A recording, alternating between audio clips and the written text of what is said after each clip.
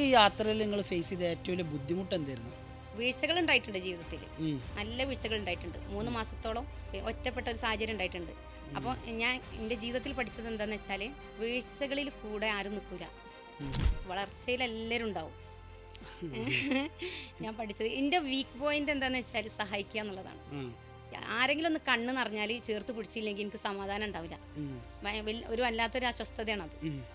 സത്യം പറഞ്ഞാൽ നമ്മൾ വണ്ടിൻ്റെ അടുത്ത് കൂടെ ഇപ്പോൾ ഒരാൾ പോയാൽ അത് കൊടുക്കാൻ എനിക്ക് കഴിയാതെ പോയാൽ അതുപോലും എൻ്റെ മനസ്സിൽ ഒരു നോവാണ്. പക്ഷെ നമ്മൾ ചേർത്ത് പിടിച്ചവരായിരിക്കും നമ്മളെ ആദ്യം തള്ളിയിട്ടുണ്ടാവുക.